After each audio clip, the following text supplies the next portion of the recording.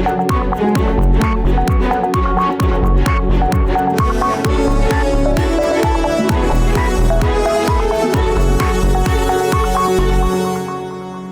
News पर आप budget special transmission देख रहे हैं। सादिया अफजाल और असदुल्ला खान के साथ हम पहले भी बात कर रहे थे कि बजट तो आ गया और ऑब्वियसली आदाद और शुमार पे भी बात होती है और हर दफ़ा ये देखा जाता है कि अवाम के लिए इसमें क्या है, और क्लेम यही होता है कि जी अवाम के लिए बड़े ज़बरदस्त किस्म के मुराद दिए गए हैं। लेकिन हम देखते हैं कि उसके बाद जो मिनी बजट्स का सिलसिला असल शुरू होता है उसमें जो है वो मजीद बोझ जो है वो अवाम पे ही आता है। सो ज़रा इंसेंटिव्स की भी हम देखते हैं कि जो टैक्स पेयर्स हैं, जो हम हमेशा बात करते हैं कि उनके लिए आपको कहीं पर कोई ऐसे इकदामात नज़र नहीं आते जैसे उस चीज़ को बढ़ाया जा सके। आप अपनी टैक्स बेस को ब्रॉडन किस तरीके से करेंगे, यही इकदामात जो आज मिफ्ता इस्माइल बता रहे थे ये हर दौर में होते हैं, लेकिन उसके बावजूद भी ये टारगेट कभी भी मीट नहीं किया जाता है। मेहमान हमारे साथ जो मौजूद हैं, और ये मकबूल जान साहब भी मौजूद हैं, पहले से हमारे साथ ट्रांसमिशन का हिस्सा हैं। डॉक्टर शमाइल दाऊद साहब भी हैं, सादिया सादात भी हैं, और अभी हमें डॉक्टर सलमान शाह साहब ने भी ज्वाइन कर लिया है जो कि former adviser to the chief minister of Punjab हैं on economic affairs and planning and development. Doctor Salman Shah साहब को भी ट्रांसमिशन में खुशामदीद कहते हैं। डॉक्टर सलमान शाह साहब, एक तो ऑब्वियसली बजट पे हम बात कर रहे हैं कि कितने कोई रियलिस्टिक टारगेट्स सेट किए गए इस हुकूमत की तरफ से, लेकिन साथ ही साथ ये भी बताइए कि IMF के पास हम हैं, वहाँ अब एक ऐसा चुंगल है कि जिससे निकलना बड़ा मुश्किल है इस वक्त किसी भी हुकूमत के लिए। तो इनएविटेबल चीज़ भी है, वहाँ जाना भी है, फिर आप कहते हैं कि मुराद भी देनी है, तो कैसे मुमकिन होगा IMF के पास मदद के लिए जब हम गए हुए हैं, ये चीज़ें आवाम के लिए करना, उनकी शराइत पे भी अमल करना है, उस प्रोग्राम पे भी अमल दरामद करना है। मैं एक एग्जांपल दे देती हूँ, क्योंकि आज जैसे कह रहे थे कि ज़राअत के शोबे में हम इंसेंटिव्स देंगे, तो मुझे अच्छे तरीके से याद है कि PTI ने ये काम किया था, जिसने बीज पे, फर्टिलाइजर पे, मशीनरी पे टैक्स जो है वो कम किया था। लेकिन IMF की तरफ से PTI की हुकूमत को क्या पैगाम आया कि ये फैसला रिविजिट करें, उसको रिवर्स करवाया गया मिनी बजट के अंदर। तो जब ऐसी चीजें आप करते हैं, वो हकीकी टारगेट है कि कल को IMF से उसको रिविजिट करने का नहीं कहा जाएगा? देखिए सादिया, आपने एक बड़ा अच्छा पॉइंट उठाया है, क्योंकि ये फाइनेंस मिनिस्टर साहब की तकरीर नहीं थी, ये तो पता नहीं किस किस्म का एक सियासी तकरीर थी जिसमें 75% उन्होंने वक्त PTI के ऊपर गुजारा, और उन्होंने ये नहीं बताया कि पाकिस्तान का मसला क्या है, पाकिस्तान में आगे चल के इतना क्राइसिस क्यों बन रहा है, क्यों पाकिस्तान का डिफ़ॉल्ट के इश्यूज़ हैं, क्या पाकिस्तान का IMF से प्रोग्राम बहाल होने जाएगा, नहीं होने जाएगा, क्या टारगेट्स हैं, किसी किस्म की बात नहीं की। तमाम की तमाम चीज़ें वही पुरानी बातें जो आपने भी जिक्र किया, रेट्स इधर उधर करके उन्होंने प्रेजेंट कर दिया है।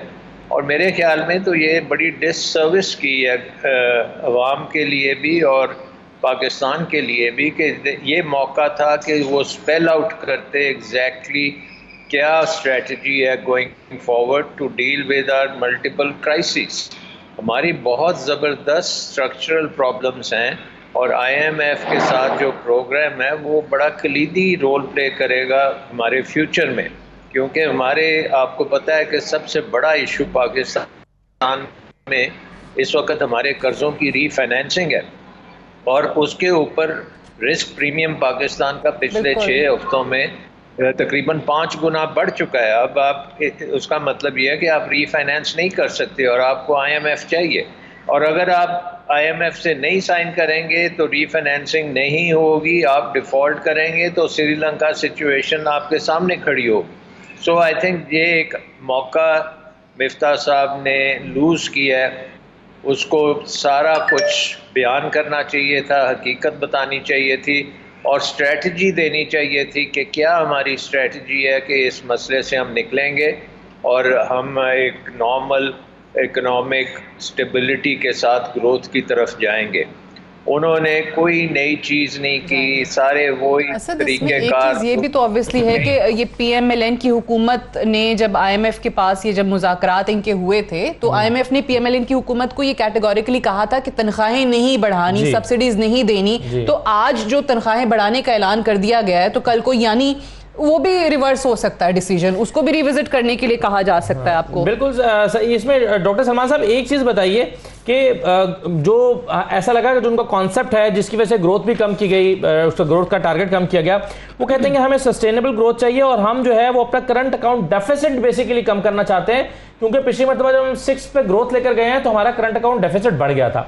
आपको नजर आता है कुछ ऐसे मेजर्स दिए गए हैं कि जिससे ये ग्रोथ सस्टेनेबल हो और करंट अकाउंट डेफिसिट को वाकई मैनेज किया जा रहा हो या उसको एड्रेस किया जा रहा हो, उसके लिए स्टेप्स लिए गए हों?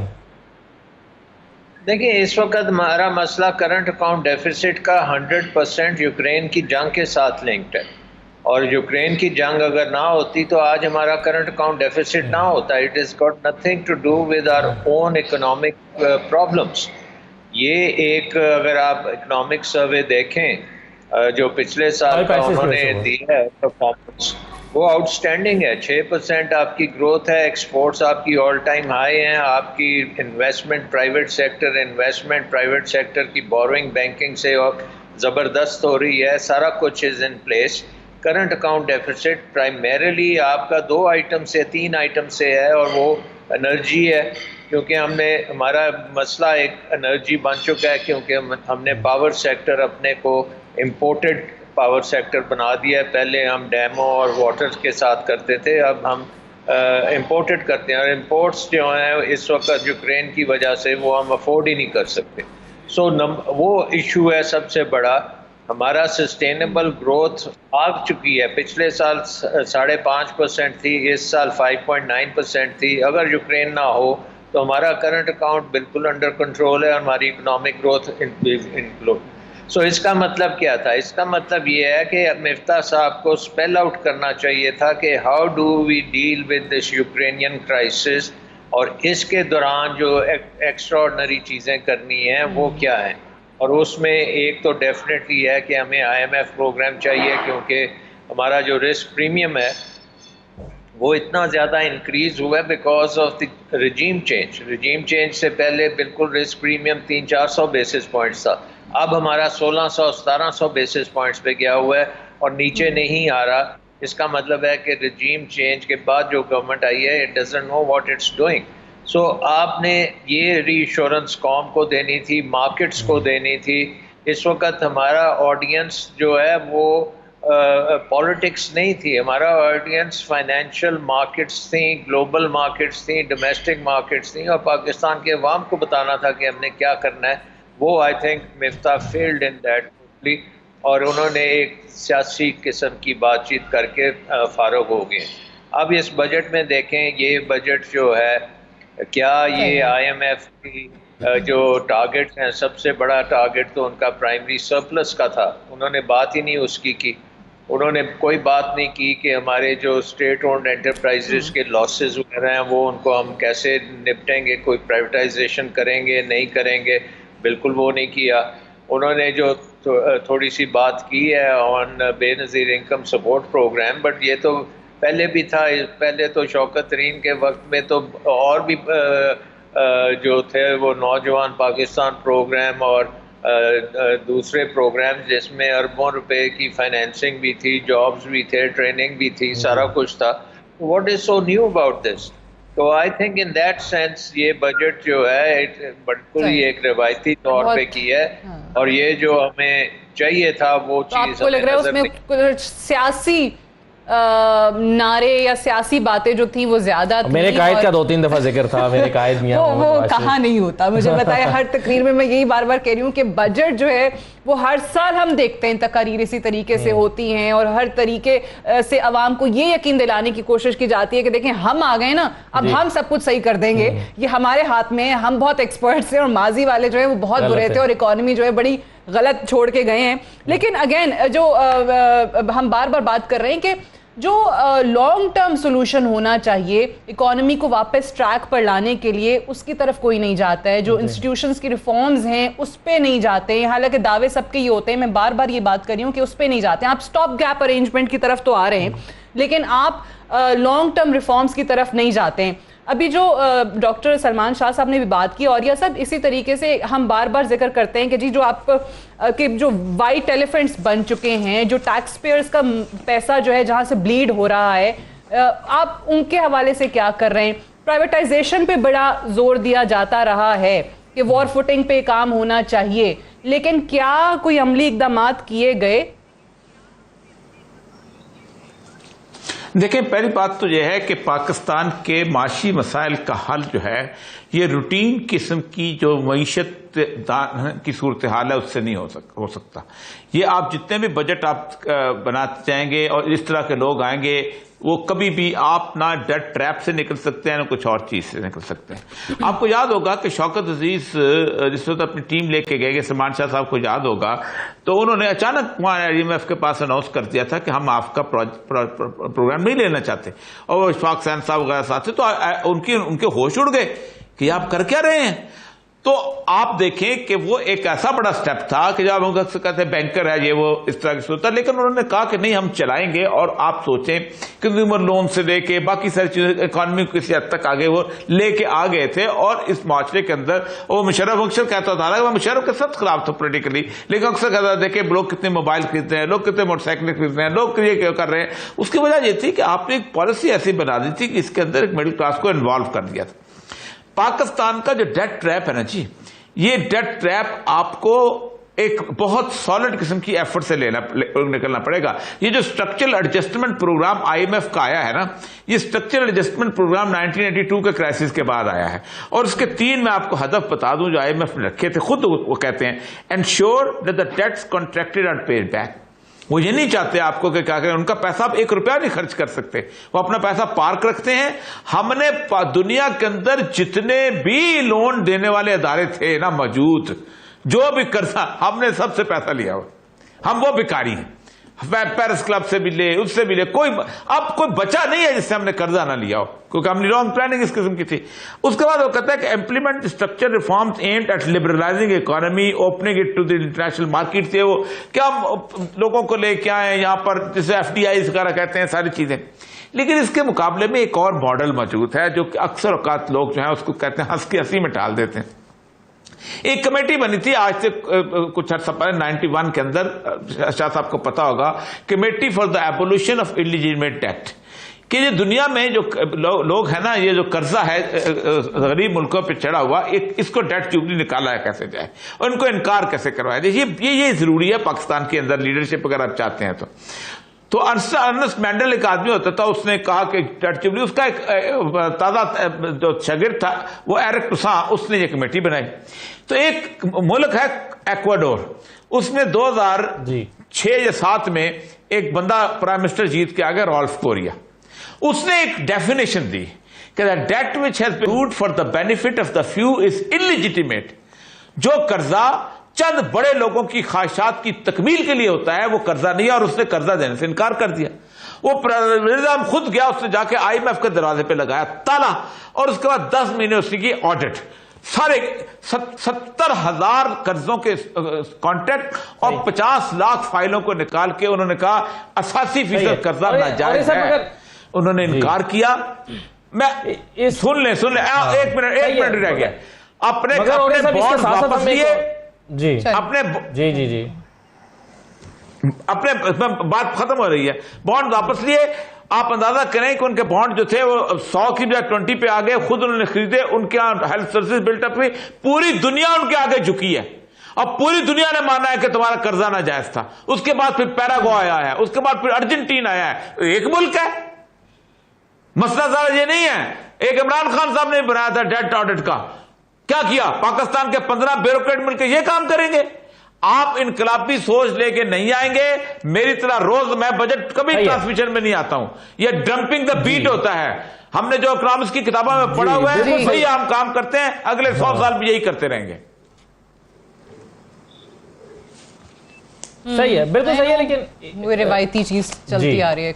बिल्कुल सही है। अच्छा सादिया, एक चीज हम बार बार बात करते हैं, और अभी आपने भी थोड़ी देर पहले शायद जिक्र किया था कि हमें अपने रिजर्व्स बढ़ाने होंगे, लेकिन हमारा जो टारगेट है रिजर्व बढ़ाने के लिए वो ये है कि चाइना से पैसे आ जाएंगे, कुछ IMF से आ जाएंगे, शायद हमें सऊदी अरब दे देगा, यूएई दे देगा, तो हमारे रिजर्व जो है वो बढ़ जाएंगे।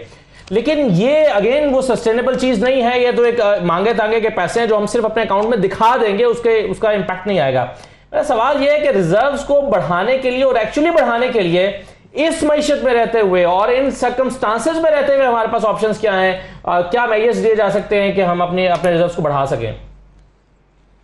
बिल्कुल, आपने असद बिल्कुल सही कहा। और अनफॉर्चुनेटली पाकिस्तान के अंदर यही होता रहा है पिछले कई सालों से, कर्जा ले लिया जाता है और वो पैसे दिखाए जाते हैं और फिर वही मनी जो है वो बेसिकली मार्केट में जो फ्लोट की होते हैं।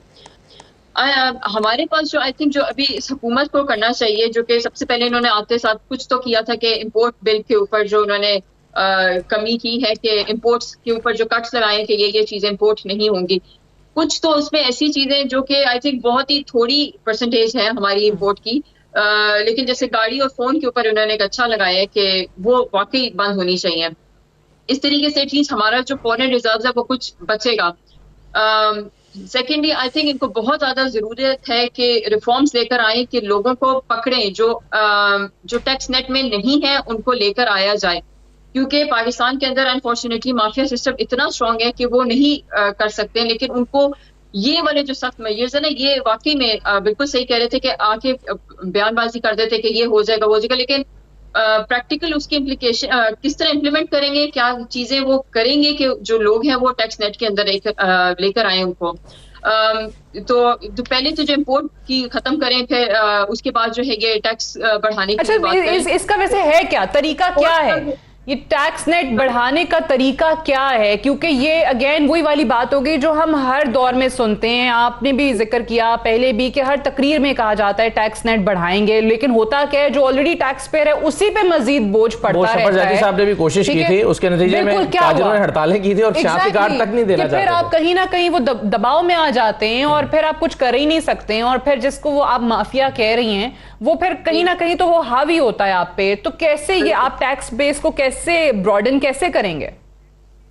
आई थिंक इसके लिए तो यही है कि जैसे यहाँ पे मैं यूके का हिसाब बता सकती हूँ, जो यहाँ पे करते हैं कि सारों का जो है सोशल सिक्योरिटी नंबर होता है, जो कि आई एम श्योर पाकिस्तान के अंदर भी है। उसके मुताबिक उनको पता चल जाता है कि इनके ऊपर कौन सी टैक्स ब्रैकेट लागू होगी।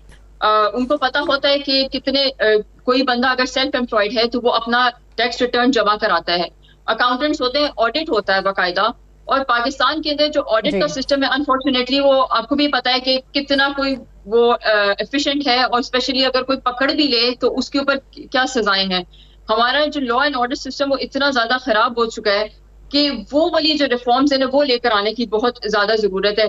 यहाँ पे अभी इन्होंने मैं जैसे यूके का बता सकती हूँ कि इधर 1.25% इन्होंने इनकम टैक्स इंक्रीज किया है, जिसमें उन्होंने 12 बिलियन पाउंड जनरेट करने हैं, और वो पैसा जो है वो इन्होंने लोगों की वेलफेयर के ऊपर लगाया है और वो दोबारा से आएगा। वो सही चीज है कि अमीरों से पैसा कट के तो गरीबों में जाता है।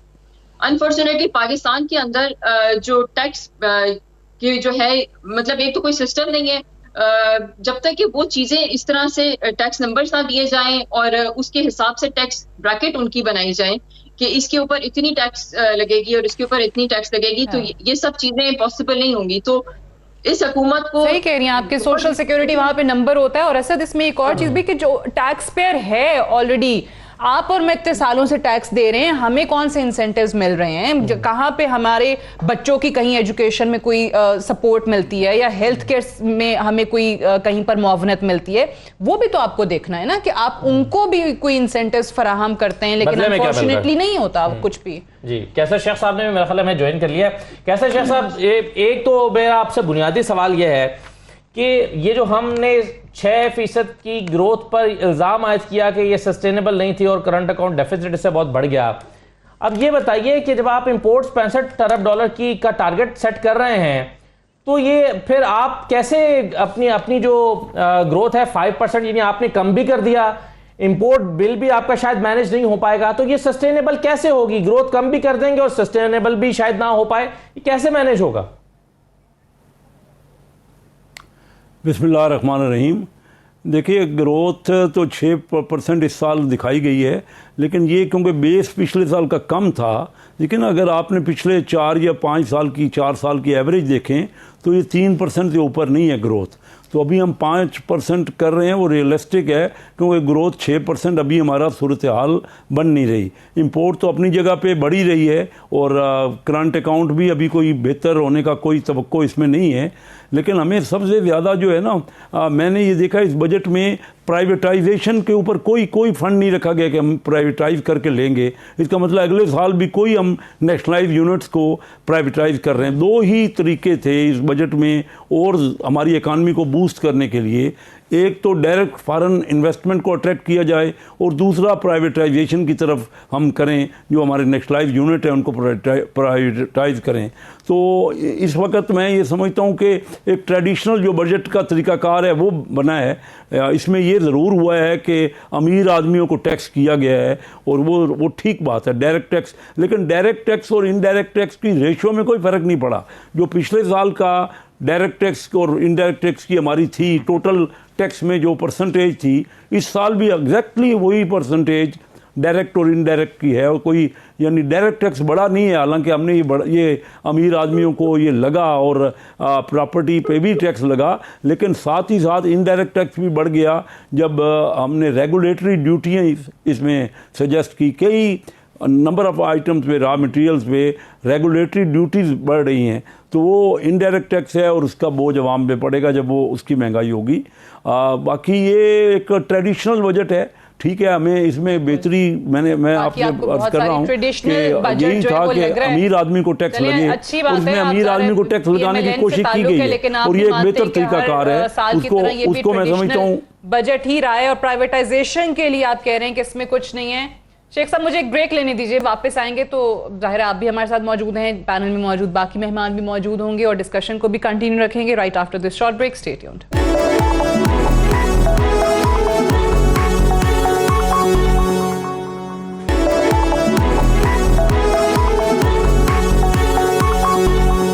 दोबारा आपको खुशामद कहते हैं। डॉक्टर शुमाइल साहब, मैं पहले डॉक्टर शुमाइल से कमेंट लेके फिर डॉक्टर सलमान साहब के पास आते हैं। डॉक्टर साहब, ये बताइए कि अभी प्राइम मिनिस्टर शहबाज शरीफ साहब का ये बयान चल रहा है कि पहली मर्तबा किसानों को टैक्स इस्तिस्ना मिला है जिससे एक ग्रीन इनकलाब आएगा।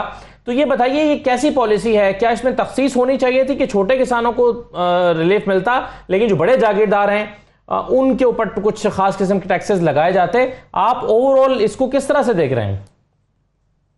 देखिए, बहुत जरूरी है समझना कि हमने पिछले गुज़िश्ता 4 सालों में हुकूमत ने किसी भी सूरत में तकरीबन 5 खरब से ज्यादा जो है वो सब्सिडी या टैक्स या जिसे कहते हैं रिलीफ दिया, और वो 87% था तमाम जो टैक्सेस इकट्ठे हुए उन गुज़िश्ता सालों में। अभी ये जो पॉलिसी है, आप ये देखिए कि पूरी जीडीपी का एक 20% के करीब या उससे ज्यादा जो एग्रीकल्चर का जो फुटप्रिंट है वो डायरेक्ट टैक्सेशन में उसका जो इनकम के हवाले से वो उसका कोई खास इम्पैक्ट नहीं है।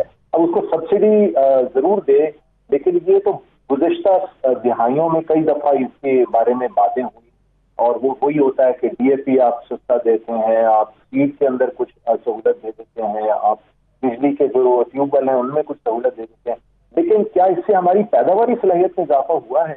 और फिर क्या ये अनफेयर नहीं है कि बाकी तमाम सेगमेंट्स जो हैं वो डायरेक्ट टैक्सेशन के अंदर आए? हमारी जीडीपी कंप्लीट ही नहीं है, कहीं दुनिया में ऐसा नहीं है। तो हम जब तक पूरी तरह से, जो अभी डिस्कशन चल रहा था तमाम मेहमानों के दरमियान, वो यही था कि हमें अपने रेवेन्यू सोर्स बढ़ाने। तो जब तक हम तमाम जो सेगमेंट्स हैं सोसाइटी के, सर्विसेज, इंडस्ट्री और एग्रीकल्चर, उनको धारे में नहीं लाएंगे, डायरेक्ट टैक्सेशन में नहीं लाएंगे, हमारी डेफिनेटली रेवेन्यू साइकिल इंप्रूव नहीं हो सकता और हम इस विशेष सर्कल में फंसे हुए रहेंगे। हम कभी किसी सूरत में किसी को खुश करेंगे और कभी किसी सूरत में किसी को खुश करेंगे। यही हमारा प्रॉब्लम है और यही हमें हिम्मत की जरूरत है, ये गवर्नमेंट हो या जो भी गवर्नमेंट हो, कि वो पॉपुलिस्ट डिसीजन लेने की बजाय रियलिस्टिक डिसीजन ले और आवाम को, लोगों को कॉन्फिडेंस दे। हाँ, सही कह रहे हैं। असल चीज़ ये है कि आवाम को कॉन्फिडेंस में लें और ये वही वाली बात होगी जैसे डॉक्टर सलमान शाह साहब भी थोड़ी देर पहले कह रहे थे कि बहुत सारी चीज़ें जो आज फाइनेंस मिनिस्टर को स्पेल आउट करनी चाहिए थी वो नहीं उस तरीके से की गई। तो आवाम को अगर आप एतमाद में लेंगे तो डेफिनेटली चीज़ें किसी डायरेक्शन में आपको जाते हुए दिखाई देने लग जाएंगी। जो मुश्किलात जिनको आप मुश्किल फैसले कहते हैं वो भी आवाम को समझने की ज़रूरत है। सलमान शाह साहब साथ हैं हमारे? जी अच्छा, कैसर शेख साहब से की बात मुझे बड़ी अच्छी लगी थी, जरा उन्हीं की तरफ पहले चले जाते हैं कि आपने कहा था कि बड़ा ट्रेडिशनल स्पीच या बजट जो है वो आपको ये लगा। सो ऑब्वियसली आप ही की जमात है, आप ही की हुकूमत ये बजट बना रही है। अगर मैं आपसे जान सकूं कि आप ये बजट बना रहे होते तो आखिर क्या ऐसी चेंजेस इसमें होती हैं, ऐसी क्या अमेंडमेंट्स होती हैं, या आप क्या चीजें जो है वो अवाम के लिए सर फहरिस्त रखते हैं? जी, बड़ा अच्छा सवाल आपने किया। देखिए, मेरा जो जोर है ना इस मुल्क में कि हम जो नेशनलाइज हमारे इदारे हैं, मैं चाहता हूं कि उसको सबसे ज़्यादा प्राइवेटाइज करें ताकि बाहर की इन्वेस्टमेंट आए, पाकिस्तान में खासी इन्वेस्टमेंट आए। और ये इस बजट में तो अगले साल तक प्राइवेटाइजेशन के लिए यानी कोई रखा नहीं गया कि प्राइवेटाइजेशन की प्रोसीड्स क्या मिलेंगी। तो मेरे समझ आती है कि इसमें कोई ऐसे इदारों को प्राइवेटाइज करने का नहीं सोचा गया। और बाहर की इन्वेस्टमेंट देखिए ना, यही मसलन हमारे एयरपोर्ट्स हैं, अक्सर आपने मियां मंशा साहब के पिछले भी प्रोग्राम देखे होंगे, वो कहते हैं कि जो इदारे हैं इनको जब तक आप प्राइवेटाइज ना करेंगे, आपकी स्टील मिल आज तक 5 साल से नहीं चल रही, तो ये हमारा जो डायरेक्ट हम $1 बिलियन के लिए IMF के पास तो धक्के खा रहे हैं। तो बाहर के लोगों को, इंडिया में तो $44 बिलियन आया पिछले साल, हमारे यहाँ $1.5 बिलियन आया। तो ऐसा माहौल हमने क्रिएट, मैं होता तो ये क्रिएट करता कि जो हमारे यहाँ रेड टेपिज्म है सबसे ज़्यादा ख़त्म, उसको करने की कोशिश करता। और मैं ये करता कि कैसे हमारे यहाँ इंडस्ट्रियलाइजेशन, ख़ास तौर पे बाहर की जो इन्वेस्टमेंट और टेक्नोलॉजी किस तरह यहाँ आएगी, उसके लिए ये हमारे जो इदारे हैं जो प्राइवेट जो हमने नेशनलाइज कर रखे हैं, जैसे बिजली के मुख्तलिफ इदारे हैं, हमारे गैस की डिस्ट्रीब्यूशन के इदारे हैं। तो और इसका आप देख रहे हैं कि सर्कुलर डेट बढ़ता चला जा रहा है, बढ़ता चला जा रहा है। तो हम उनको प्राइवेटाइज करते हैं कि साथ साथ सिर्फ कीमत ही ना बढ़े बल्कि चोरी उसकी कम हो, उसके ऊपर इस अंदाज से गौर किया जाए कि जो बाकी सारे मुल्क कर रहे हैं, जो उनमें बाहर की इन्वेस्टमेंट ज़्यादा आई है। और IT के ऊपर ये ज़रूर इस बजट में जोर दिया गया है। IT में सेल टैक्स से शायद कम किया हुआ है, लेकिन मैं समझता हूँ कि और ज़्यादा हमें फ़रोग देने के लिए ना हम इंसेंटिव उसमें देने चाहिए। और इसमें कोशिश ये होनी चाहिए कि आउट ऑफ द बॉक्स ये जो रेवेन्यू 7,000 अरब इन्होंने कहा है, एक तरफ तो ये कह रहे हैं कि 11.5% महंगाई यानी इन्फ्लेशन होगा और 5% हमारी ग्रोथ होगी, तो 16.5% तो नेचुरल बढ़ोतरी है ना। और हमारे रेवेन्यू में भी 16.5% की बढ़ोतरी हुई है, 6,000 अरब से 7,000 अरब हुआ है। क्यों नहीं इसको 8,000 या 8,500 अरब किया गया, ताकि वो लोग जो टैक्स नेट में नहीं हैं, जो आमदनी तो करते हैं लेकिन टैक्स नहीं देते, इसमें तो कोई रकम नहीं रखी गई, सोचा भी नहीं गया। वही 11.5% की महंगाई और 5% आप ग्रोथ को ऐड कर लें तो 16.5% रेवेन्यू को बढ़ाया गया है। तो वो लोग जो टैक्स नेट में नहीं हैं, जो अवॉइड कर रहे हैं, उनको क्यों नहीं वसूल किया गया? और ब्यूरोक्रेसी के ऊपर ये जोर क्यों नहीं दिया गया कि वो रेड टेपिज्म को ख़त्म करके बाहर की इन्वेस्टमेंट को ज़्यादा से ज़्यादा फ़रोग दें? क्योंकि जो भी बाहर का हमारा इन्वेस्टर आता है वो ये कहता है कि आपके यहाँ तो मनसूबे नहीं होते, आपके यहाँ तो बहुत ज़्यादा डिलेज होती हैं। तो इसके लिए हमें सबसे ज़्यादा मेरे ख्याल में तवज्जो देना चाहिए। जो ट्रेडिशनल, मैंने इसलिए कह दिया कि जो पहले होता रहा, ये अच्छा किया गया अमीर आदमी को। मैं ये समझता हूँ कि ये जो किया गया है ना, ये हमारी सजेशन थी और अच्छा हुआ है, ये मानी गई। क्योंकि ये जो प्रॉपर्टी और प्लाट्स लोग ले रहे हैं उसके ऊपर इन्वेस्टमेंट कर रहे हैं, उसको टैक्स किया गया है और वो अच्छा किया गया है। और इसी तरह बैंकों को जो टैक्स, इनकम टैक्स बढ़ाया गया, वो अच्छा किया गया है, अच्छा कदम है। और इसी तरह मैं समझता हूँ कि जो बड़े इनकम वाले इदारे हैं, 30 करोड़ से ऊपर जिनकी इनकम है, उसको टैक्स किया गया है, वो अच्छा किया गया है। लेकिन मैं समझता हूँ कि और वो स्टेप्स जो कि लोग टैक्स नहीं दे रहे, उनके लिए कोई मुझे इसमें इस बजट में कोई चीज़ नज़र नहीं आती। उनको लगना चाहिए, मेरे ध्यान में बात होती है एफिशिएंसी जो है वो बढ़ाने की तरफ तवज्जो देता। सही है, ये सही कह रहे हैं। प्राइवेटाइजेशन जो सफेद हाथी हैं उनकी बहुत पहले हो जानी चाहिए थी। बिल्कुल सही है। सादिया, ये बताइए कि हम अभी इफ़रात ज़र की बात कर रहे हैं, इन्फ्लेशन 11.7% इस डॉक्यूमेंट के मुताबिक रही है और इसको कम करके 11.5 कर दिया गया, यानी 0.2% का इसमें कमी की गई है टारगेट में। लेकिन सवाल यह है कि ऐसा लगता है कि इन्फ्लेशन जो रियल फिगर है वो 20% के अराउंड इस वक्त जा रही है मुख्तलिफ इदारों की रिपोर्ट्स के मुताबिक, और खदशा है कि 25% पे जा सकती है। दूसरी तरफ तनख्वाहों में जो इजाफा किया गया वो 15% किया गया और मजदूर की कम से कम तनख्वाह, इसको एड्रेस किया गया? मेरी नजर से डॉक्यूमेंट, मेरी नजर से भी नहीं गुजरा, कहीं पे ये नहीं देखा कि हम मजदूर की कम से कम उजरत जो है वो क्या बढ़ाई गई हो। तो अब ये बताइए कि इन्फ्लेशन की एक्चुअल फिगर जो आजाद इदारों की रिपोर्ट के मुताबिक हमारे सामने आती है और दूसरी तरफ तनख्वाहों में इजाफा, इसमें क्या रिलेशनशिप आप देखती हैं? देखिए, अगर तो होता ही है कि अगर जैसे आपकी इन्फ्लेशन का रेट ज्यादा है तो अगर आप उसके ऊपर तनख्वाहें भी उस हिसाब से तेजी से बढ़ाना शुरू कर दें तो वो एक स्पाइरल इफेक्ट आ जाता है उसके अंदर इकोनॉमी में, और वो वैसे ही हीटअप हो जाती है इकोनॉमी। लेकिन ये तब बात की जाती है जहां पे आपका इन्फ्लेशन रेट 5-6 का हो और उसके हिसाब से आप तनख्वाहों में भी इजाफा करना शुरू कर दें। पाकिस्तान के अंदर तो 15% का इंक्रीज कोई मैच नहीं है, जो कि फिलहाल जो इन्फ्लेशन रेट चल रहा है वो बहुत ज्यादा है। और इसके ऊपर जैसे भी आप पहले भी पूछे थे तो ग्रोथ रेट उन्होंने कम क्यों की, क्योंकि जब आपकी इन्फ्लेशन रेट जब इस तेजी और डबल डिजिट के अंदर होती है तो आपकी इकोनॉमी इतनी ग्रो नहीं करती है। उसका डेफिनेटली अगर वो 6% थी तो अब वो 5%, क्योंकि अगर ये इसको तो बहुत कम लेकर आना पड़ेगा। जब तक ये डबल डिजिट हम निकल के कुछ कम नहीं आएंगे तो तब तक आप नहीं कह सकते कि जीडीपी आपकी इंक्रीज करनी शुरू होगी। जीडीपी तो अभी यही रहेगी। और इन्होंने बिल्कुल सही ये रियलिस्टिक फिगर दी है कि आई थिंक 5% पे उन्होंने सोचा कि चलो हम लोग कर लेंगे किसी तरीके से। लेकिन ये चीजें हैं जो यहाँ पे अभी देखने वाली हैं। जो असल इनको आई थिंक जो चीज एक अच्छी हुई है, जो कि आई डोंट नो अब उसके ऊपर वो किस हद तक इम्प्लीमेंट करेंगे, वो एक उन्होंने जो नॉलेज पार्क बनाने शुरू किया जो आईटी सेक्टर के अंदर, जैसे भी और ये साहब भी कह रहे थे, जो उन्होंने सॉरी जो कैसर अहमद है वो कह रहे थे तो जी कि आईटी सेक्टर के ऊपर इन्होंने जोर दिया, क्योंकि हमें वहाँ जो आईटी सर्विसेज है ना वो हमें डेफिनेटली इंप्रूव करने की बहुत जरूरत है। हमारा बिल्कुल इंडिया जो है वो हम जैसे ही लोग हैं, वहां पे भी वही आईटी की सर्विसेज हैं और हमारा भी उतना ही ब्रेन है। लेकिन मसला ये है कि हमारी मार्केट सोफिस्टिकेशन नहीं है। हम लोग उसको हमारे पास पोर्टल्स नहीं है जिससे वो चैनल की जा सके बाहर। तो आई थिंक उस मार्केट सोफिस्टिकेशन और जो पोर्टल्स होने चाहिए सिक्योरिटी के हिसाब से और साइबर सिक्योरिटी और उन चीजों के ऊपर बहुत काम करना चाहिए। सेकेंडली, इनको जो कैश इन हैंड वाली चीजें हैं इसको कम करने की बहुत ज्यादा जरूरत है और इसके ऊपर फोकस करना चाहिए कि किसी तरीके से इकोनॉमी को जो ज्यादा से ज्यादा है वो डिजिटल किया जाए।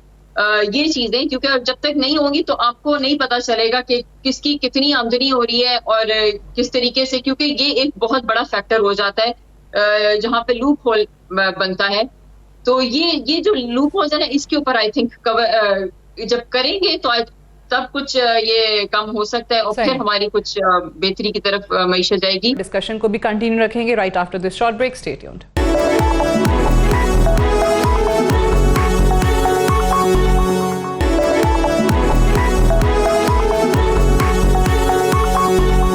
इसी से जुड़ी एक और चीज़ डॉक्टर शमाइल दाऊद साहब आपके सामने रखना चाहती हूँ कि ऑब्वियसली हम बार बार कहते हैं कि एक बहुत बड़ी तादाद हमारे मुल्क की, हमारी आबादी की वो यूथ है और जो लोग अफोर्ड कर सकते हैं ऑब्वियसली उनकी कोशिश ये है, अब मुल्क की हालात को देखते हुए वो कहते हैं कि नहीं हम तो बाहर ही जाएंगे, वहीं पर रहेंगे, वहीं पर काम करेंगे।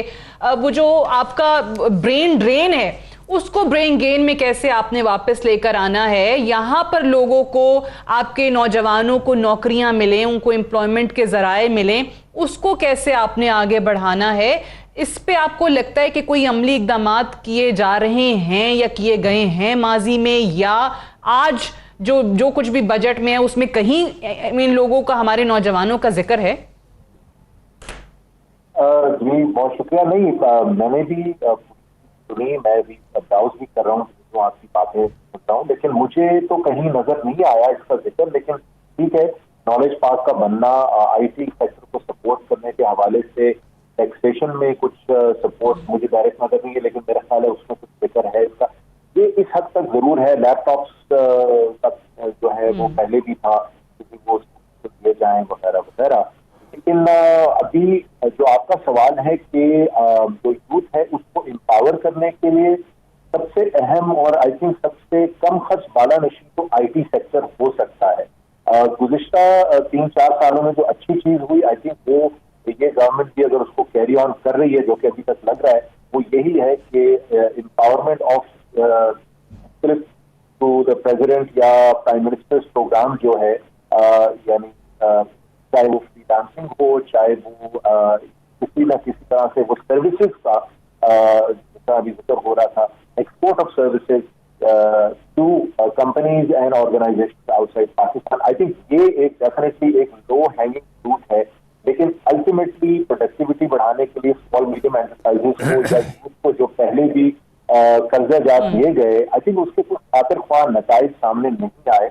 अगर वो कंटिन्यू रहता है, इसका जिक्र आज डेफिनेटली नहीं है। अच्छा, और असल चीज यही होगी कि अगर हम SME स्मॉल मीडियम एंटरप्राइज या स्टार्टअप्स को ज्यादा से ज्यादा परवान चढ़ाएं और लोगों को इंकरेज करें कि वो प्रोटेक्टिव प्रोजेक्ट्स लेके आए, आई वॉश ना हो लेकिन क्वांटिटी कम हो लेकिन क्वालिटी बेहतर हो, ताकि हमारा जो मल्टीप्लायर इफेक्ट है वो आए। तो I think that can definitely, क्योंकि आप देखिए कि हम 3 बिलियन के लगभग हमारा एक्सपोर्ट है IT का, और हमारे तकरीबन इंडिया का 149 बिलियन डॉलर का एक्सपोर्ट है। तो हमारे पास बहुत बड़ा खला है।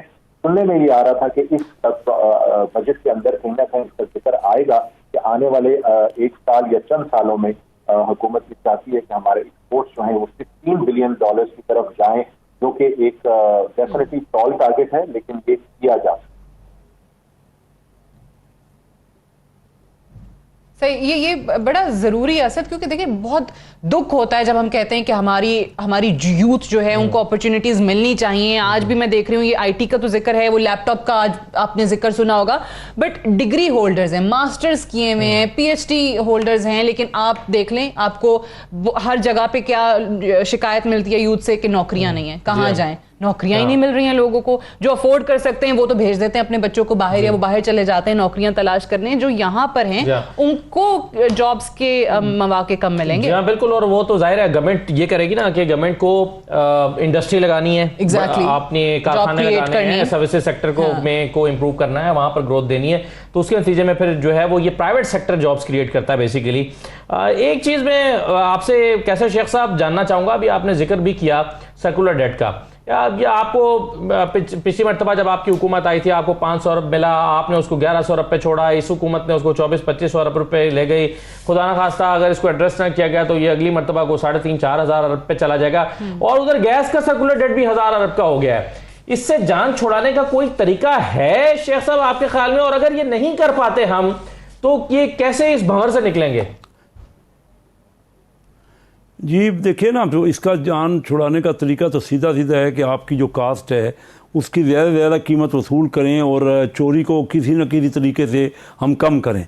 लेकिन बात यह है कि इसका जो अब जो एनर्जी है, अभी हमें दूसरी साइड पे जाना पड़ेगा को विंड की, और जो एनर्जी से हमारी जो सारी ये मिलती है मुख्तलिफ ज़राए से, आर्टिफिशियल मतलब जो एक्चुअल ज़राए हैं, जो जैसे मैंने कहा कि विंड से और तवानाई से आपको लेना पड़ेगा ना, वो एनर्जी उस तरह हासिल करनी पड़ेगी। तो उसकी क्योंकि ये जो तेल की कीमत है बहुत महंगी हो गई है। और मैं एक बात इसके अलावा भी हट के कहूँगा कि इस बजट पे मुझे कोई SMEs के ऊपर जोर नज़र नहीं आया, हालांकि इंजन ऑफ ग्रोथ SMEs है दुनिया में पूरी हर जगह, तो इस बजट में मुझे नहीं नज़र आया। इस वक्त इंडिया का जो टोटल कर्जा है ना वो 15% SMEs को देते हैं, 85% उनका भी कर्जा बड़ों को है, और बांग्लादेश में 12% SMEs का है। हमारा तो सिर्फ 7% हमारे कर्जे का SMEs को जाता है। आपने पिछले बार देखा कि PTI की हुकूमत ने 600 बड़ों को 5-5 अरब रुपए का कर्जा दे दिया 2% पे, तो ये सारा वेस्ट किया ना, हालांकि ज़रूरत नहीं भी थी। मुझे पता है कि उन इदारों ने खामखा क्या सस्ते कर्जे की वजह से बड़े बड़े वो परचेज़ कर ली, जो जिससे हमारा करंट अकाउंट खसारा और बढ़ गया। हम बड़ी बड़े यूनिट्स ख़रीद लिए 2% के इस लालच में कि इंटरेस्ट रेट, तो ये मुझे टर्फ की समझ नहीं आई जो हमने इंसेंटिव दिया। हमें छोटे और दरमियाने दर्जे के बिजनेसमैन को हमें कर्जा देना चाहिए। और फिर इस बजट में देखिए इंडिविजुअल्स के लिए तो कह दिया गया, तनख्वाहदार जो तबका है कि उसको 1 लाख तक उसको महीने का उसके ऊपर टैक्स नहीं लगेगा, लेकिन जो एंटरप्रेन्योर है, जो कंपनियां बन रही, छोटी कंपनियां यानी जो हमारे बिजनेस हैं, उसके लिए सिर्फ 4 लाख से 6 लाख किया गया है, यानी 50,000 रुपये महीना उसको। तो ये बिजनेस, छोटे बिजनेस के लिए तो फ़रोग दिया ही नहीं गया, उसको तो 50,000 रुपए की आमदन हो उसको महीने की, तो उस पर टैक्स शुरू कर दिया गया है। हालांकि तनख्वाहदार को 1 लाख, तो ये एक एम्बिग्यूटी हुई है इसमें, और मैं समझता हूँ कि उसको ठीक करना पड़ेगा। हमें छोटे एसएमईज के लिए कुछ नजर हमारे नहीं यहाँ आया। बहुत बड़ा पोटेंशियल है, वो उससे नौकरियां भी मिल, राइट सर, छोटे बिजनेसमैन की बात कर रहे हैं हमारे यहाँ जो इंडिविजुअल बिजनेस है उसको हमने। चलिए इस पर मैं, अंजुम निसार साहब मेरे साथ मौजूद हैं, सनतकार हैं जी। जी अंजुम निसार साहब, आप कैसे देख रहे हैं इस बजट को इंडस्ट्री सेक्टर के लिए खासतौर पर, और अभी जो एसएमईज की बात हो रही है उसके लिए ज्यादा इंसेंटिव नजर नहीं आया कैसर शेख साहब को, आपकी राय क्या है इस पर? जितना मैं कैसर साहब को सुन पाया हूँ कि एसएमई, वैसे तो कहा जाता है कि जी आपकी जो है अपना इंजन ऑफ ग्रोथ जो है और ज्यादा जॉब अपॉर्चुनिटी भी एसएमई में होती हैं। एक्चुअली बजट से पहले कुछ चीजें ऐसी हो गई थी जिसमें आप देख लें मार्कअप आपका इतना इंक्रीज कर गया, फाइबर आपका 13.75 हो गया, फिर आपने बिजली की प्राइस 24 थी उसको 32 कर दिया। तो ये आपका तकरीबन, अगर हम अपने आप को रीजन में कंपेयर करें तो वो आप देखें कि रीजन में मार्कअप है 3 से 4%, इंडिया, बांग्लादेश और चाइना का अगर मौजना करें। और इस तरह जो बिजली की जो प्राइस है वो 7 से 9 सेंट है, हमारे यहाँ 16 सेंट है। और इतना फाइबर इतना ज्यादा होने की वजह से हमारी जो इंडस्ट्री है वो डिसएडवांटेज पे चली गई है। और मैं समझता हूँ कि नई इंडस्ट्री तो पिछली को वाइबल नहीं होगी तो नई इंडस्ट्री कौन लगाएगा। तो ये मैं समझता हूँ कि एक इशू था जो कि गवर्नमेंट को पता था कि हम अपनी cost of doing business abnormally बढ़ा रहे हैं और बढ़ रही है, लेकिन इसको कहीं एड्रेस नहीं किया गया। तो एक तो ये इशू था, बाकी छोटे छोटे 2% इधर बढ़ा दो, इधर नीचे कर दो, इस किस्म के मामला हुए। DLTL जो था वो ऑलरेडी गवर्नमेंट की अनाउंस पॉलिसी थी, वो लोगों को जो पैसे नहीं मिल रहे थे वो 40 बिलियन वहाँ आपने दे दिया। हाँ, ज़राअत में आपने एक मिनी बजट जब आया था 2022 में, तो उस वक्त जनवरी में, तो उस वक्त आपने एक सेल टैक्स लगाया था सीड और एग्रीकल्चर इम्प्लीमेंट्स पे और सोलर पे, उसको वेव कर दिया गया। वो चले एक अच्छा इकदाम है। इंडस्ट्रियल डेप्रिसिएशन जो है वो आपका 100% अलाउ कर दिया, वो एक अच्छा इकदाम है।